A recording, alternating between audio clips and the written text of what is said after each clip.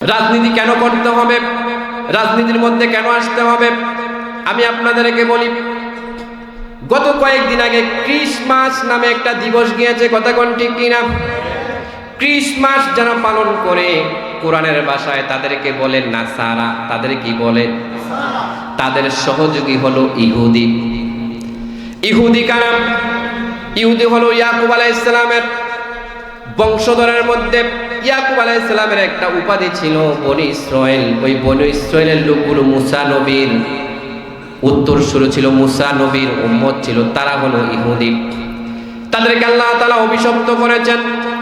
দৈনন্দিন 5 বার আপনি তাদের ব্যাপারে কথা বলেন, আপনি বলেন গায়রিল মাগদুবি আলাইহিম ওয়ালাদ-দাল্লিন।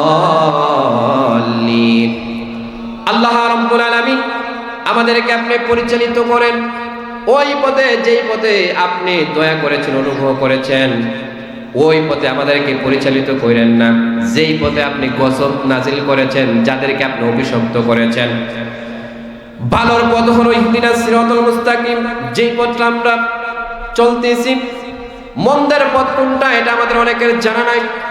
আজকে আপনাদেরকে দলিল সহকারে আমি বলছি।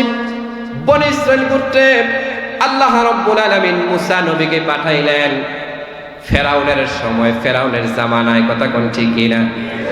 মুসা নবী দেখলেন ফেরাউন এত অত্যাচার, এত নির্যাতন, এত জুলুম করতেছে। আল্লাহ রাব্বুল আলামিন মুসা নবী আল্লাহ তাআলার কাছে দোয়া করলেন, ওগো আল্লাহ, এই জালেম শাসক থেকে এই জনপদের মানুষগুলোকে মুক্তি করে দাও। আল্লাহ রাব্বুল আলামিন মুসা নবীর দোয়া কবুল করলেন। ফেরাউনকে পানির মধ্যে সুবাইয়া সুবাইয়া ডুবাইয়া ডুবাইয়া আল্লাহ তাআলা মারলেন। আর মানুষগুলোকে আল্লাহ তাআলা রহমতে একটি ব্রিজ করে দিলেন।